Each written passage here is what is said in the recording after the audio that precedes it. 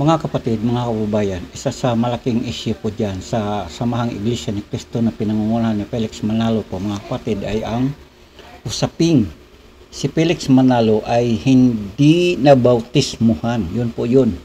At ang pangalawa dyan ay ang nagpatong ng kamay sa kanya para siya ay maging opisyal na ministro at tagapangasiwa at mga ngaral dyan sa samahang kanyang pinangasiwa na Iglesia ni Cristo ay ang mga pari at katoliko. Ano ang ating mga patunay dito? Yun po ang ating marinig ngayon sa pagbabahagi sa atin nila ni Brother Eli at saka si Brother Maning. Ito po ay broadcast way back 1989 po mga kababayan, mga kapatid. At narito po atin na po sila mapakinggan kung ano ang kanilang mga pinagbabatayan sa usaping ito. Na pinatuhan ng kami ito ang pastor ng mga iba't-ibang protestante pagkatapos ng 41 taon may iginanti sa kanila Manalo. Ano iginanti Manalo? Ang iginanti ko'y ganito sa kabila ng lahat. Pakinggan po ninyo. Wala ba man lang kahit kaunting pagtingin? Palagay ko'y wala po. Napakahalaga no. Kahit konting pagtingin kung manggagaling sa'yo. Di ba gano'n, no? Wala ba nung kahit konti? Ito ba ang iginanti sa kabila ng lahat? Ano yan? Pakinggan natin. Pasugo, Agosto 1961, pahina 39. Sa makatwid, mula noong 1918 po hanggang Agosto 1961, humigit kumulang 42 taon. Tandaan po ninyo, pinatungan si Ginoong Manalo ng iba't ibang mga pastor ng mga protestanteng nakatalatag dito sa Pilipinas para siya'y maging tagapamahala at pastor ng Iglesia ni Cristo. Maliwanag po sa binasa ko ngayon. Kung binasa ni Maning na ito na papeles, dokumento, hawak ko po ang original nito mga kababayan. Opo. Kaya lang hindi ko dinadala rito sa studio dahil baka kami maharang ay mawawalan ako na ebidensya. At ito po, pinunit ko na ang kapiraso, pinadala ko sa Hong Kong, ipina-aging ko kung tama ang ipetsa. At tama naman po ang petsa. Ngayon, kaya ka nasisiguro ko, ito talaga yung original na papel. Ito po'y 1918, matanda pa sa akin ito. Ito ang katunayan, nagpapatunay na si Ginoong Manalo, ang nagpatong sa kanya ng kamay mga pastor ng iba't ibang protestante iglesia. Ngayon, pagkaraan ng kulang na 42 taon, rumikit kumulang na siya'y patungan ng kamay nitong iba't ibang iglesia protestante, ginantihan sila ni Mr. Manalo. Ang hindi lang natin alam kung ano iginante, kung merong kahit konting pagtingin sa iginante. Basahin nga natin. Basahin natin. Ito po ang sabi. Dapat din nating itakwil ang Iglesia Katolika at ang iba't ibang sektang protestante. Bakit? Sapagkat sila'y hindi sa Diyos, kundi sila'y kay Satanas o sa demonyo. Saan mo nabasa man niya? Pasugo, Agosto 1961, pahina 39. Sigurado ka ba niyan? Sigurado po yan. Ikaw ba'y nakahandang pumasok sa kulungan kung di totoo yan? Nakahanda po. Oo. Nakahanda pang ipapugot ang leg kung hindi ito totoo. Kanino leg? Akin o iyo? Sa ating dalawa. Sa ating dalawa. Nakahanda natin ipaputol lang ating leg kung hindi totoo yan na sinabi nila yan. Sa kanilang pasugo na ang mga iglesia protestante at iglesia katolika ayon sa pasugo na iglesia ni Cristo ay mga sa demonyo at Satanas. Di ang nagpatong lumalabas, nagpatong ng kamay kay Mr. Manalo ang mga sa demonyo. Ayan. Ngayon, kapatid na ilig, ganito naman sana ang gagawin ko kung ako isa dun sa nagpatong. Anong gagawin mo? Aha, ganyan palang ginawa mo sa amin ha? Tatawagin ko yung 6 na kasamahan ko. Yan po, sisti ko lang po. Ipababasa ko itong nasa pasugo nito. Ngayon, magkaisa tayong 7. Maglathala tayo at sabihin nating pinawawalang bisa namin. Ang pagpapatong namin ng kamay kay Ginoong Manalo. sapagkat ganito pa ang ginanti niya sa kabila ng lahat na binigyan namin siya ng karapatan para maging tagapamahala at maging pinuno ng iglesia. Kung ako dapat Ayun. kung ako yung pito, hindi ganun ang sasabihin ko maling. O ano sasabihin nyo? Ito naman ang sasabihin ko. Yaman din lamang na pinatungan na namin ng kamay at hindi na namin maiaatras. Parang si Jacob. Ay, si Jacob ba yun? Napatungan si Jacob ba yung pumatong, nagpatong kay ano, yung mas bata. Di ba magkapatid na Si Jacob ang pinatungan. Si Isaac ang Si Isaac nagpataw. ang nagpatong. Oo. Ang napatungay si Jacob, imbis na ang dapat patungan sana ay si Esau, ang napatungan ay si Si Jacob. Jacob. Kaya nung mapatungan niya na si Jacob, si Esau ay nagsisisi na hinahabol yung kanyang patong na dapat sa kanya. Naipatong ko na isa, sabi ni Isaac. Oo. Di ko na mababawi. Kaya, sasabihin ko naman, kung ako itong pitong nagpatong Oo. kay Ginoong Manalo, ganun pala. Ganun pala. At ang lahat ng protestante at mga katoliko ay sa pasugo niyo sa Sa demonyo. demonyo. Yamang napatungan ko na ikaw ng kamay, eto, maglalathala ako. Kami nagkakaisang pito. Pinagtitibay namin ang pagkapatong namin ng kamay kay Ginoong Manalo para gawin siyang makaibayo pang impyerno kaysa sa amin. Nako! Ay, Yan ito ang naman maganda. pala. Para gawin siyang makaibayo pang anak ng demonyo kaysa sa amin. O di ba tama yun, ano? Sabagay. Nasabihin niya yun. Oo, nasabihin. Pakinggan nyo sa isang talata ng Mateo, sa Kapitulo 23, versikulo 15, ganito ating mabasa. Ito po ang pahayag sa atin mga magulang at mga kapatid. Pakinggan ninyo at ganito ang pagkakasabi. Saba ninyo, mga iskriba at mga parisiyo, mga mapagpaimbabaw, sapagkat inyong nililibot ang dagat at ang lupa sa paghanap ng isa ninyong makakakampi. At kung siya'y magkagayon na, ay inyong ginagawa siyang makaibayo pang anak ng impyerno kaysa inyong sarili. Kaya pala naman si Mr. Manalo ang pinagtutuloy puro mali. Ang nagpatong pala yung mga sa demonyo. Oo. Ayon sa kanila. Oo. Kaya wala kang makukuha tamang turo ni Ginoong Manalo eh. Bakit? Eto. 4 na hangin ang nasa Apokalipsis.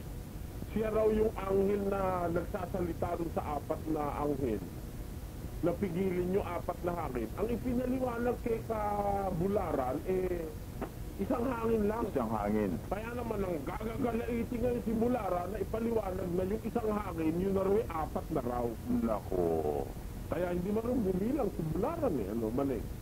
Pagkatapos, itinuro sa kanya na si Mr. Manalo ang huling sugo sa huling araw. Huling araw.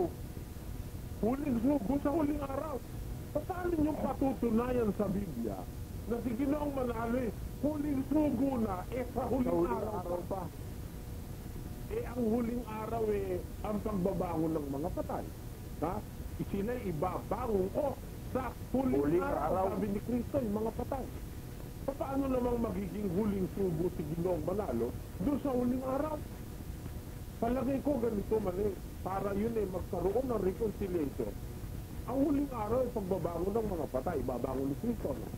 Pag naibangon na niya yung mga patay na yun, dadating na yun si Mr. Manalo. Oo.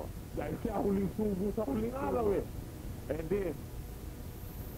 dadating si Mr. Manalo. Siya naman ngayon ang sugo. Dahil naibangon na ni Kristo yung mga patay nung huling araw na yon.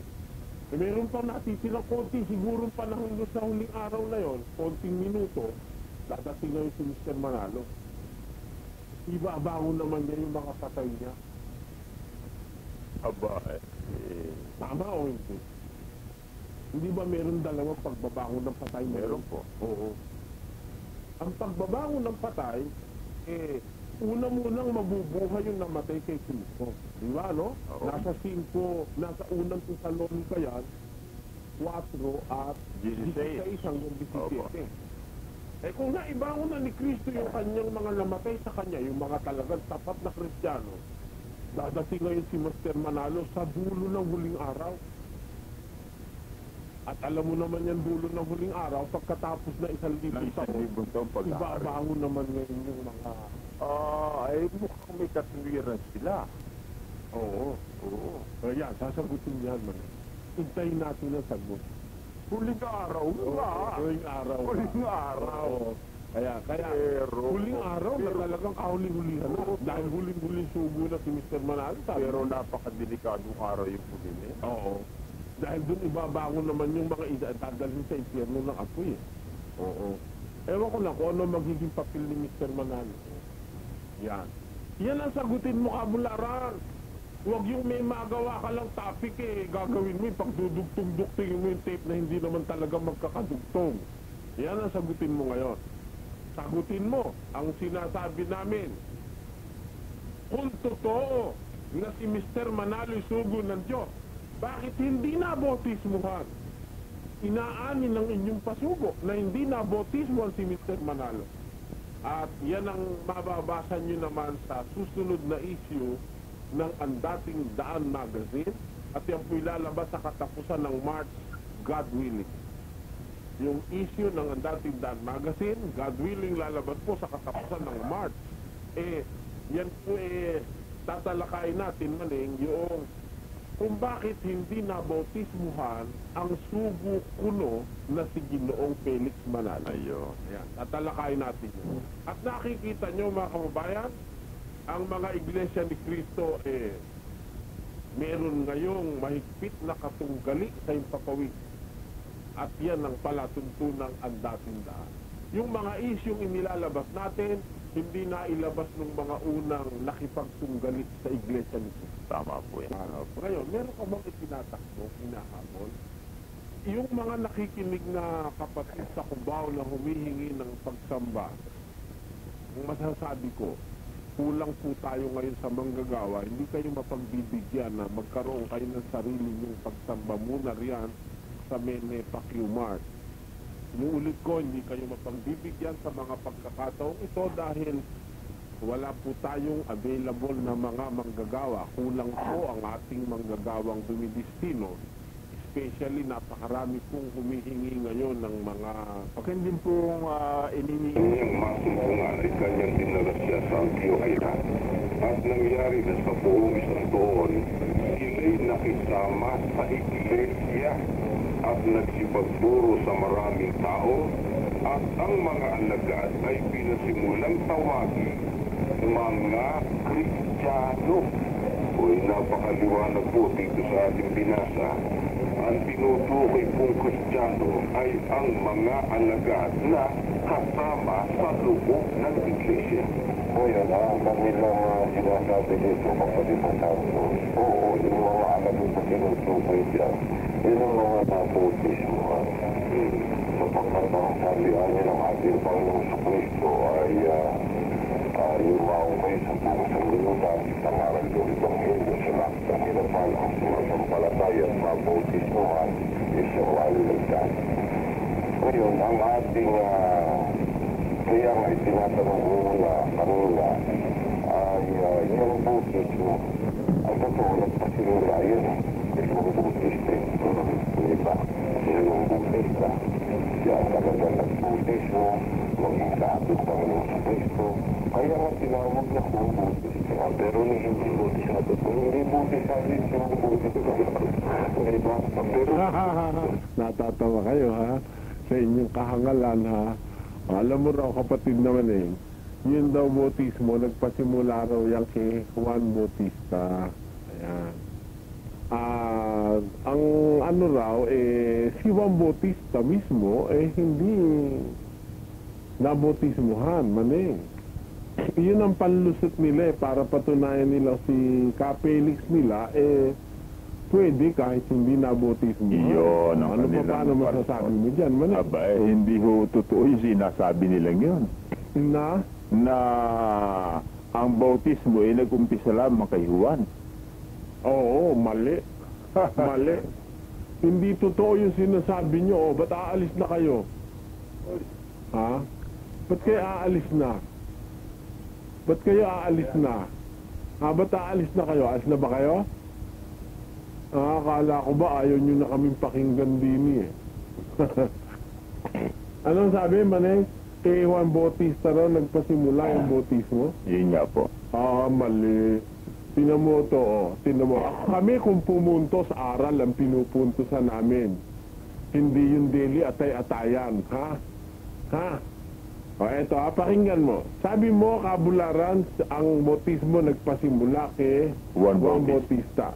Talagang kumulang ka sa impormasyon sa Biblia, no? Kaya sabi ko na, hindi sugo yung nagturo sa'yo, eh. Dahil kung sugo, hindi ka dapat nagsasalita niyang mali. O, pakinggan mo kung saan nagpasimula ang bautismo. Sa unang Korinto po sa Kapitulo 10, talatang 1 hanggang 2, ganito nakasulat. Sapagkat hindi ko ibig, mga kapatid, na di ninyo maalaman. Anak ko, yung kapatid ni Pablo, alam nila ito. Ikaw hindi mo alam dahil hindi ka kapatid ni Pablo. Anong sabi ni Pablo?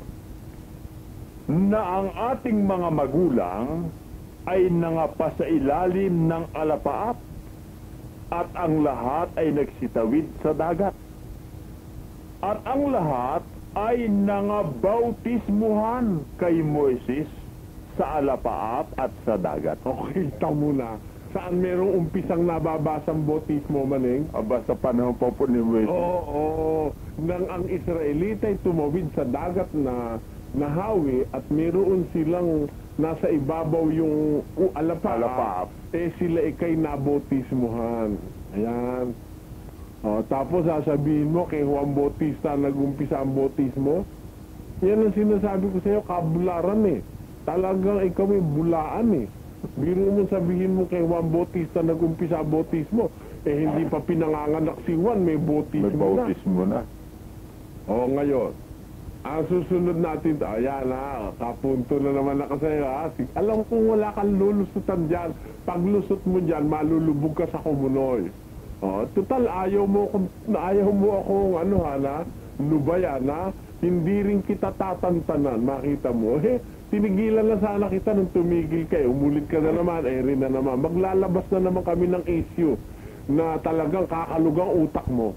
Kung meron ka nun. Ngayon, ganito. Ang bautismo, doon pa kay Moises, meron na. Maliwanag po. Kaya ano ang sabi ni Pablo dito sa Hebreo 6.1? Pakinggan nyo ang sabi ng Biblia sa Hebreo 6.1, patuloy. Kaya tayo'y tumigil na ng pagsasalita ng mga unang simulain ng aral ni Kristo. At tayo'y mga patuloy sa kasakdalan. At huwag nating ilagay na muli ang kinasasaligan ng pagsisisi sa mga patay na gawa at ng pananampalataya sa Diyos. Ng aral na tungkol sa mga paglilinis. Ayan. Yung salitariyang aral tungkol sa mga paglilinis, Maneng, may katumbas yan dito sa King James Version ng English na ganito. Therefore, leaving the principles of the doctrine of Christ, let us go on unto perfection, not laying again the foundation of repentance from dead works and of faith towards God, of the doctrine of baptisms. Ayan. Ng aral na ukol sa mga bautismo. Kaya mayroong bautismong pinatitigilan na sa mga Kristiyano, ano Maneng? Maliwanag po. Aral ukol sa mga bautismo. Ba't sinabing baptisms o mga bautismo? Ibig sabihin po Likely, marami bautismo itinuturo sa Biblia. Opo. Ngayon, ang nakalulungkot, sa lahat ng napakaraming bautismong nababasa sa Biblia, kahit isa'y walang natanggap na bautismo si Ginoong Felix Manalo. Iyon ang nakapahabag. Ayan. Ngayon, alamin nga natin mga kababayan na marami palang bautismo sa Biblia. Talagang kahit sa interlinear ang nakalagay, Maneng baptism. Tingnan nyo, babasahin po natin dito sa interlinear ng Hebrew ay ng Hebrews 6:1. Ang sabi ni San Pablo, ganito sa pagkakalagay sa Griego, Maneng. Titignan lang natin kung baptisms nga ang nandito. Ito. Basahin mo nga yung katumbas na salita ro, kapatid naman na sa Griego. Nakikita mo ba yung liit na yan? Opo. O, ano yun? Batismon. Oh. Baptismon. O. O, di plural, ano? Opo. Plural, ano? Ayun, no? Baptism. Ito. Ang sabi rito, sa the teaching on baptism and the laying on of the hands and the resurrection of the dead and everlasting judgment. Ayun. Mga aral na ukol sa mga bautismo. Marami pong bautismo na itinuturo sa Biblia. Ngayon, ang ating pag-usapan maning yung sabi ni Kabularan na ang nag-umpisa raw ang bautismo, Juan Bautista. At si Juan Bautista daw ay hindi nabautismo. Ay, hindi nabautismo. Alam nyo, mga kababayan, isang napakamaling aral na at isang napakamaling aral maling at nakalulungkot ang nangangaral pa naman isa kanong iglesyang malaki na at milyon na raw ang miyembro at pambuon sanlibutan na raw sila. Yan ba ang aral na dadalhin nyo sa Amerika? Ha? Kahit na dito sa Talipapa hindi dapat dalhin yan pagkaganyan ng aral na ang bautismo nag-umpisa lang kay Juan Bautista. Bautista. Hindi mo naman pwedeng lusutan na ang tinutukoy kong bautismo ng Kristiyano. Mali rin. Dahil yung bautismo ni Juan Bautista hindi para sa Kristiyano. Tama po. Oo. Kaya lulusot si Kabularan. Ha? Kaya walang lusutan niya. Hindi na nila tatalakayin yan. Maning. Alam mo, pag hindi niya kaya lusutan, hindi na nila pinapansin. Pinag-uulit-ulit na lang yung issue tila. Meron silang katwiran Bagaman wala. Oo. Parang yung IDKH, yung palang ikahulugan ng IDKH, iglesyang deficit kahit hindi. Yung pala Yun ang sabi ni Yun ang sabi ni Ginog Peralta pala daw sa salita na yon. Oo, pakahulugan ni Kapirasa yun. Ngayon, ang ating alamin ganito. Alin po ang bautismo na hindi nararapat na hindi matanggap, kailangan matanggap ng isang Kristiyano maning. Ha? Kasi ang pagiging Kristiyano talagang kailangan sumunod ka sa lahat ng aral ni Kristo maning. Yun ang kahulugan ng Kristiyano. Ngayon, ang Kristo ba may aral na bautismo maning? Meron po. Pakinggan nyo sa 28 ng Mateo. Ganito ang ating mababasa. At lumapit si Jesus sa kanila.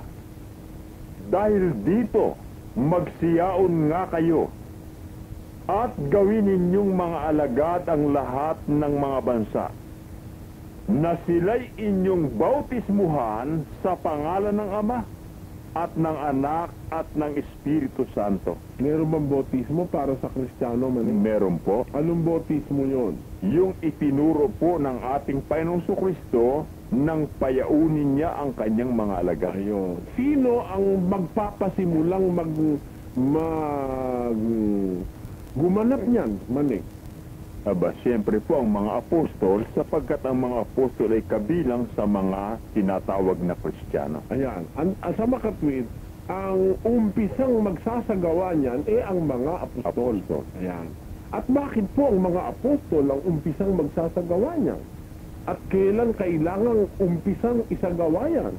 Pakinggan nyo sa Gawa 1:2,8. Ganito ang ating mababasa. Ito po ang pahayag dito.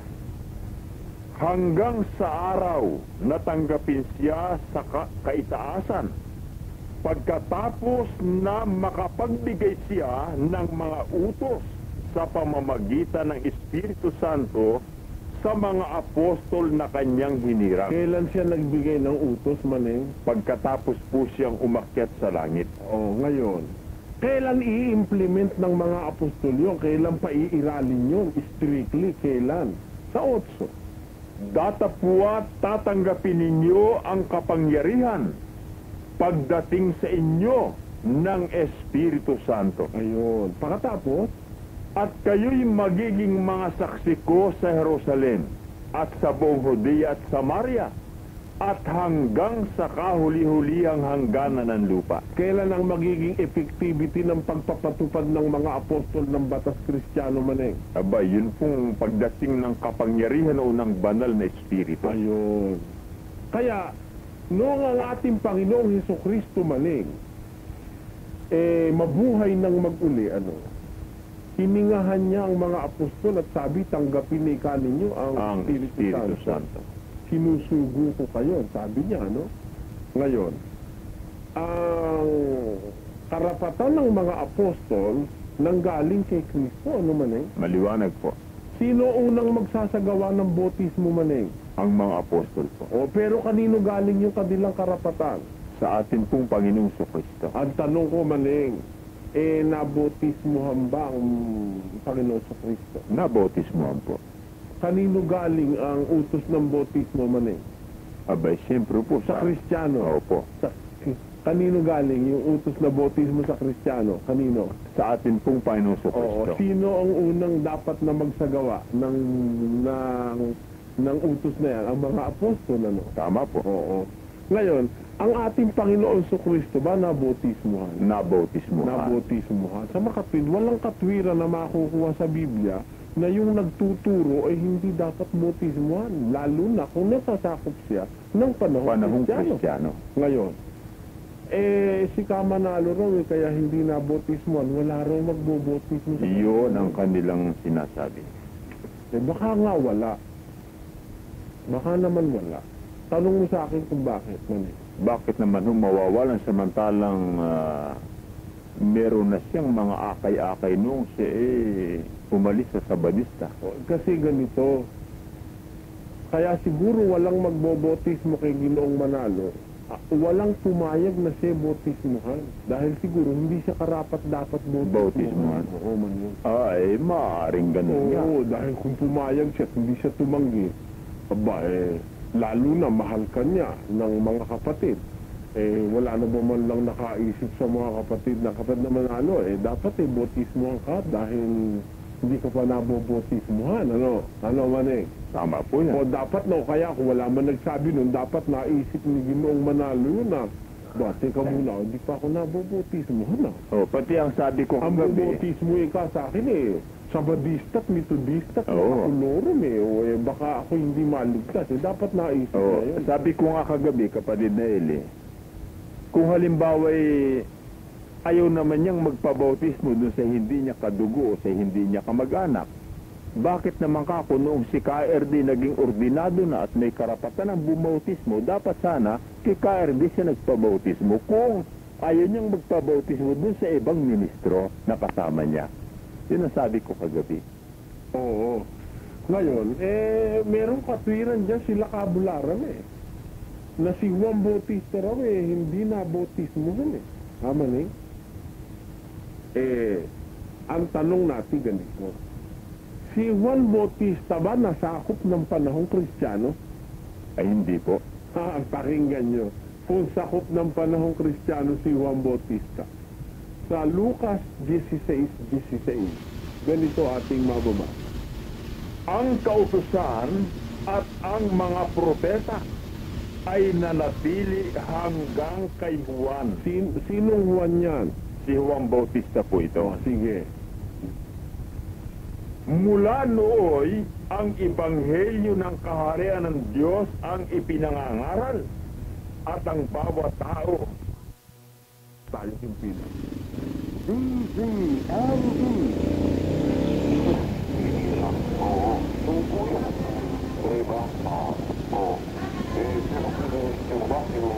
tanong mga tao sa kapanahon ni Boy, kung butis mo, walang butis mo eh, hindi ka naman butisado eh, di ba? Bakit masasabi ikisuko eh, hindi ka na butis mo ah, kung walang kumwestiyon ng karam, hindi mo butis ka. Siguro yung mga tao dyan, kung buhay pa ng panahon nyo, kung buhay na, kung question mo rin siguro si Juan Bautista. Hindi namin kukwestiyon eh. Ba't namin kukwestiyon si Juan Bautista?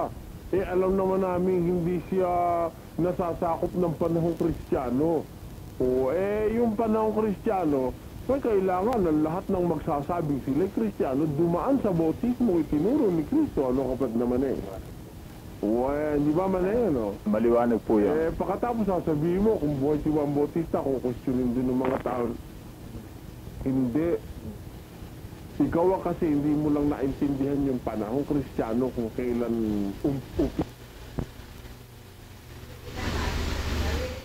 Auto-reverse lang po mga kaibigan na mga kapatid. Nag-auto-reverse lang. Ayan, bumalik na. Okay, next. Side A. Officially na nag-umpisa. Pati hindi mo alam kung kailan opisyal na nag-umpisa ang bautismo Kristiyano. Ayan ang dapat nating makita. Ngayon, tuloy natin. Bakit si Juan Bautista ay hindi bautisado? Wala naman siyang inabutan eh. Nasugong buhay sa unahan niya para mag-bautismo sa kanya. Sasagawa ng bautismo para matanggap niya. Dahil hindi naman lugar na kung hindi siya na-bautismoan, hindi siya lingkod ng Diyos. Teka muna nga. Kaya raw hindi bautisado si Juan Bautista man eh. Teka si Juan Bautista hindi bautisado. Kasi wala naman siyang inabutang sugo sa kanyang unahan. Sa unahan niya. Oo. Pinamutong kapangasan. Sino nagsabi sa iyo walang inabutang sugo si Juan Bautista? Wala ba man Meron no? Sino? Abay, siyempre po yung mga propeta na naura sa kanya, sugo yun. Abay, pakinggan mo ha. Dito sa isang talata ng Luka, at ito ay nasa Biblia, kabularan, babasahin ko sa iyo ha. Ito ay nasa Biblia. Basahin natin. Ito. Talagang itong si kabularan, no? Sa 1:5 ng aklat ni Lucas, ganito ating mababasa patuloy. Nagkaroon ng mga araw ni Herodes, hari sa Judea, ng isang saserdoteng angalay Zacarias sa pulutong ni Abias, at ang naging asawa niya ay isa sa mga anak na babae ni Aaron na ang ngalay Elizabeth. Tuloy. At sila'y kapwa matuwid sa harap ng Diyos, na nagsisilakad na walang kapintasan sa lahat ng mga utos at mga palatuntunan ng Panginoon.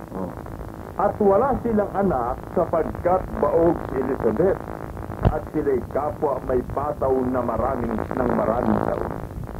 Nangyari nga na samantalang ginaganap niya ang pagkasaserdote sa harapan ng Diyos ayon sa kapanahunan ng kanyang pulutong, alinsunod sa kaugalian ng tungkuling pagkasaserdote, ay naging palad niya ang pumasok sa templo ng Panginoon at magsunog ng kamangyan. At ang buong karamihan ng mga tao ay nagsisipanalangin sa labas ng oras ng kamangyan. At napakita sa kanya ang isang anghel ng Panginoon na nakatayo sa dakong kanan ng dambana ng kamangyan. At nagulumihan si Zacarias. Pagkakita niya sa kanya, ay dinatngan siya ng takot. Datapot sinabi sa kanya ng anghel, "Huwag kang matakot, Zacarias, sapagkat dininig ang daing mo at ang asawa mong si Elizabeth ay manganganak sa iyo ng isang lalaki at tatawagin mong Juan ang kanyang pangalan. Tuloy.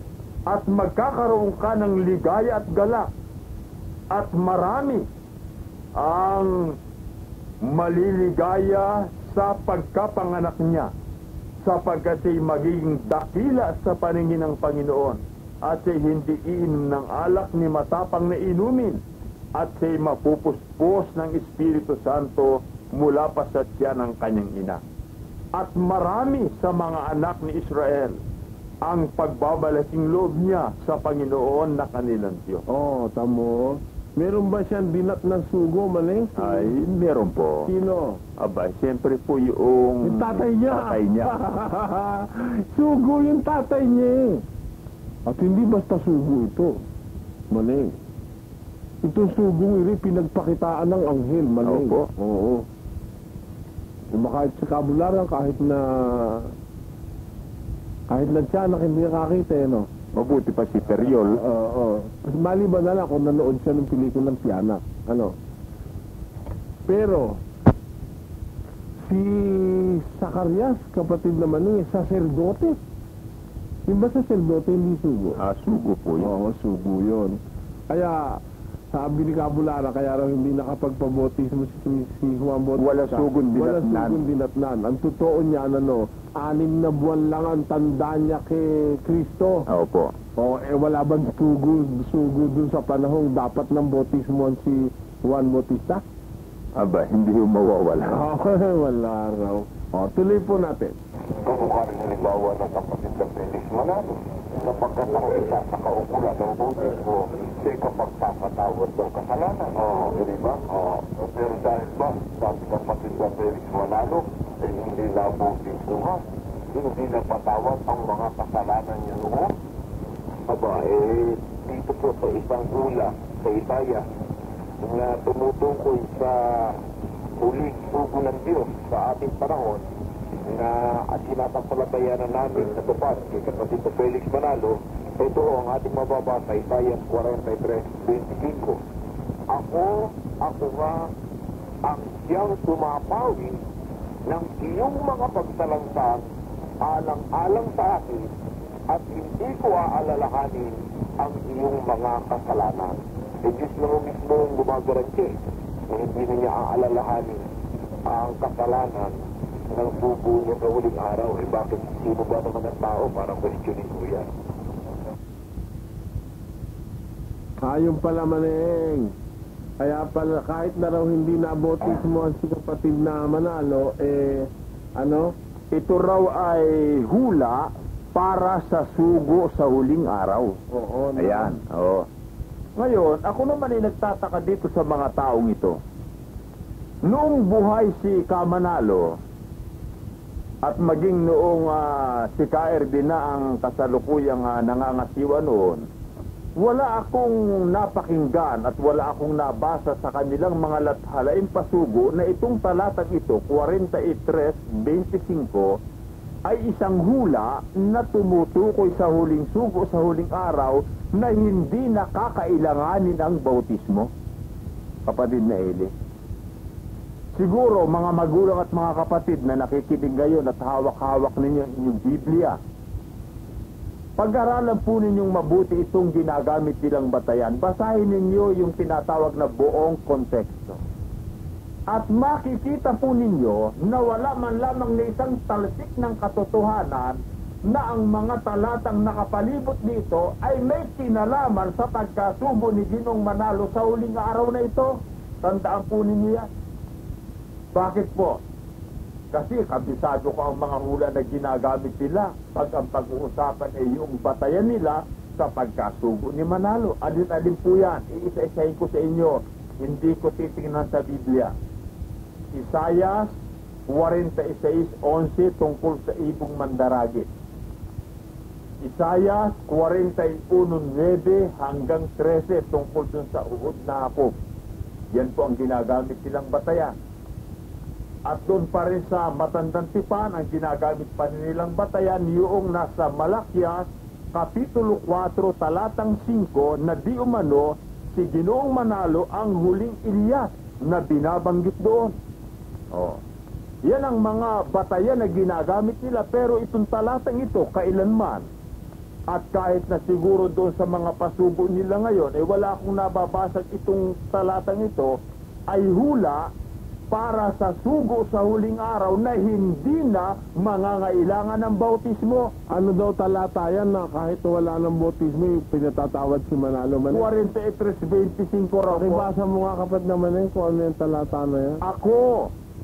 Ako nga ang siyang. Ayun, yung siyang daw po yun, si Manalo ang tinutukoy. Hindi, yun ang Diyos. Ibig sabihin nila ron. Sige, basahin mo buo.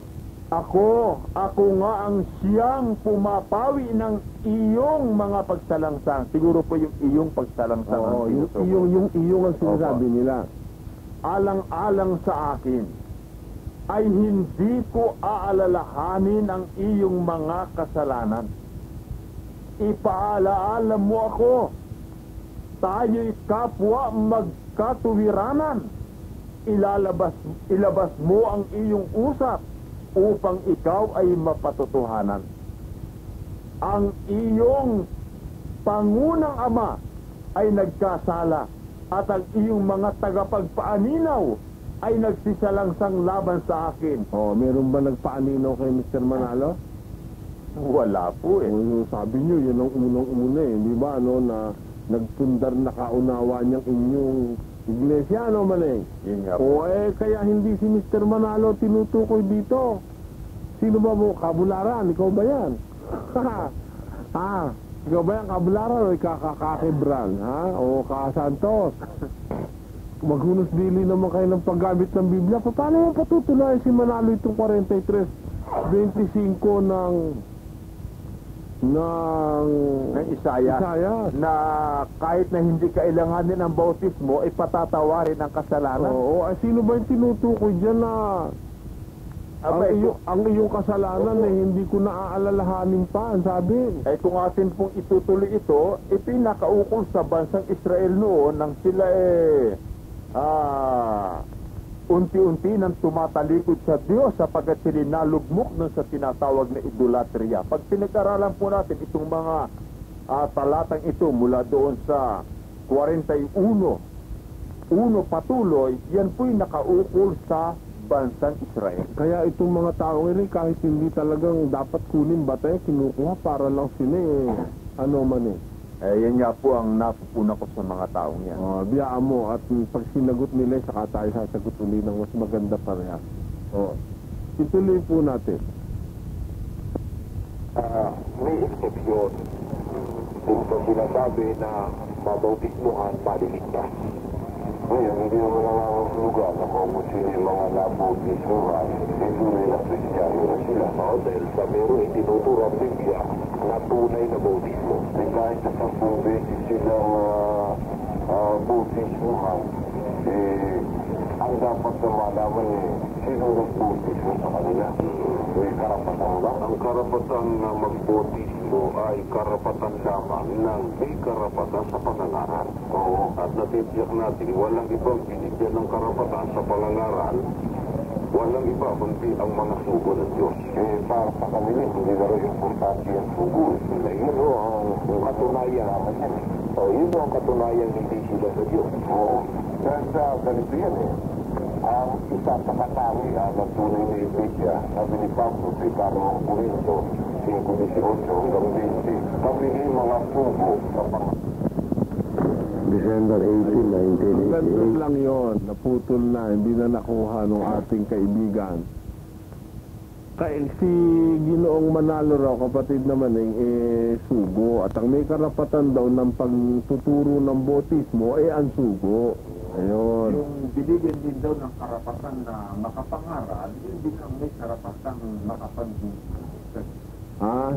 yun daw binigyan ng karapatan na mangaral, yun din ang may karapatang magpatanggap ng bautismo o mag-awad. Pangangaral, yun din ang bautismo.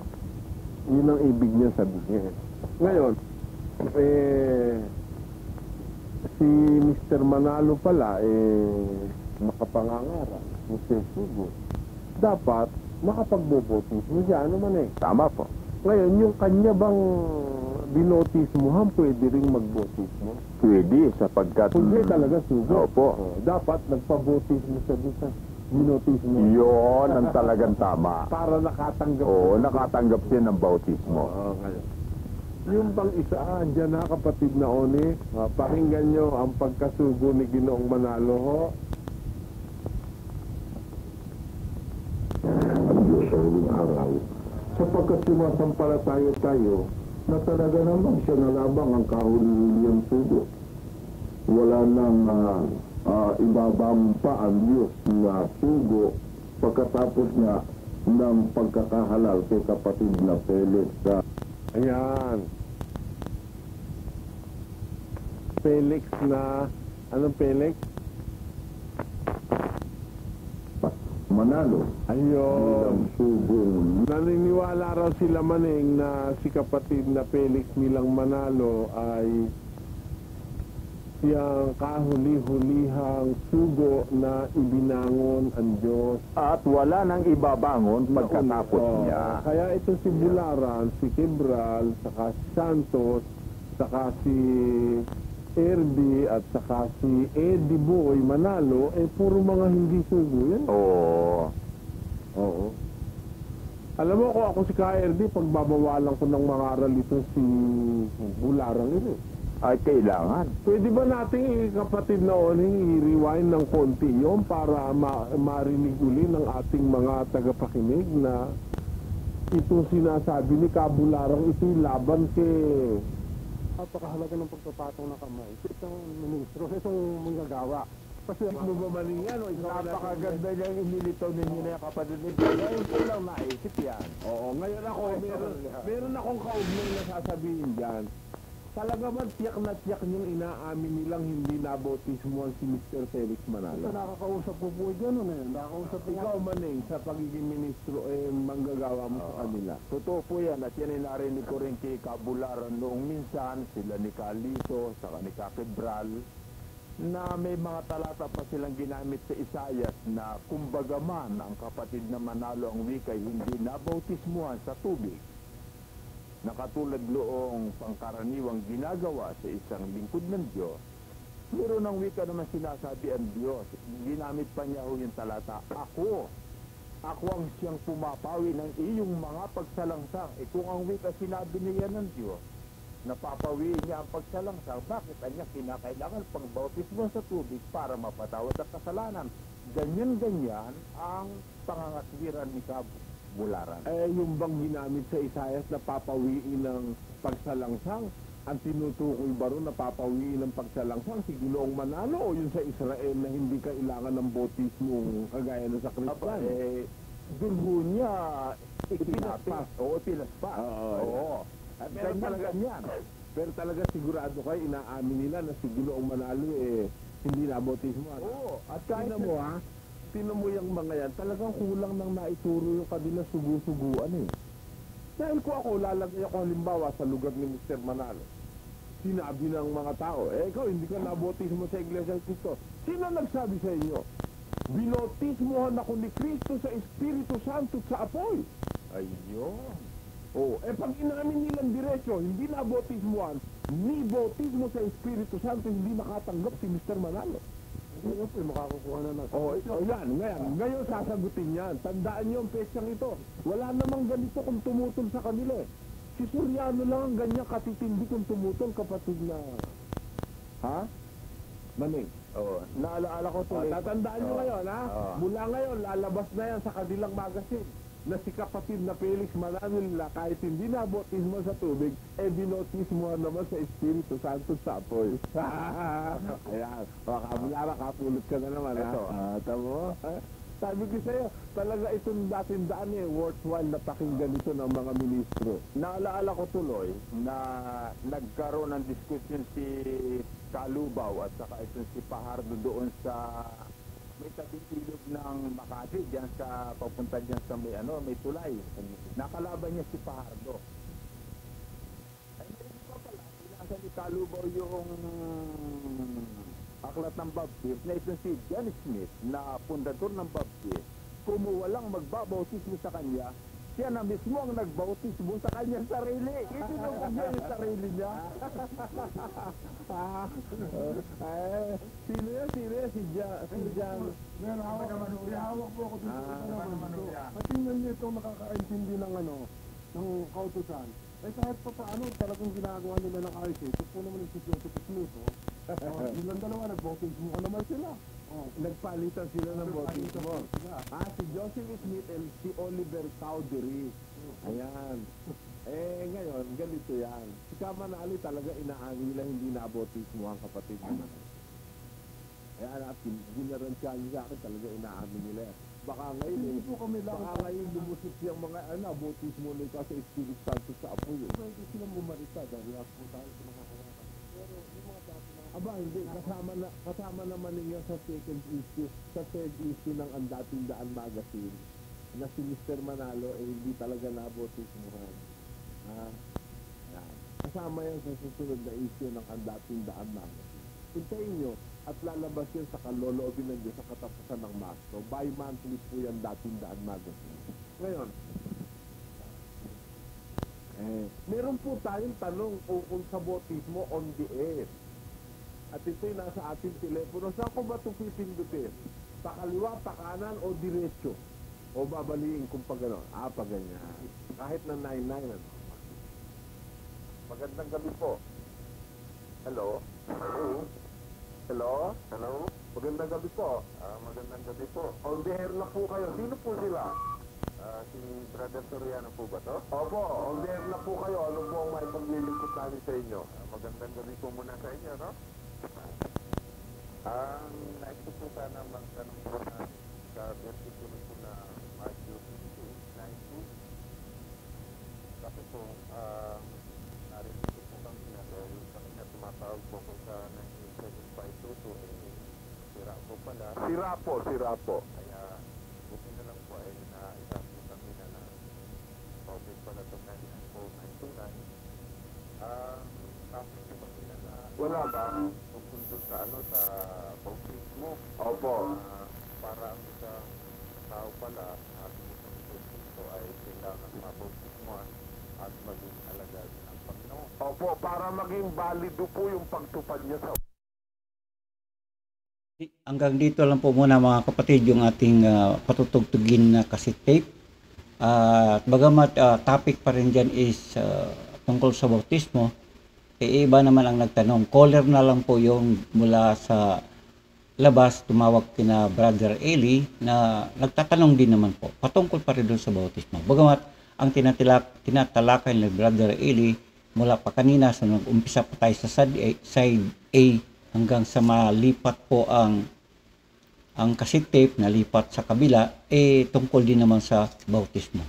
So mga kababayan, ito po ang programa ng Dating Daan 1989 edition. Ito po ang isa sa pinaka-lumang mga pangangaral na Brother Eli na may tuturing. Sipin mo yung magmula pa dekada 80. Bagaman ito ay ate lang narinig sa pamagitan ng audio clip or audio recording, ay malinaw din naman nating maintindihan kung ano mga pinag-uusapan.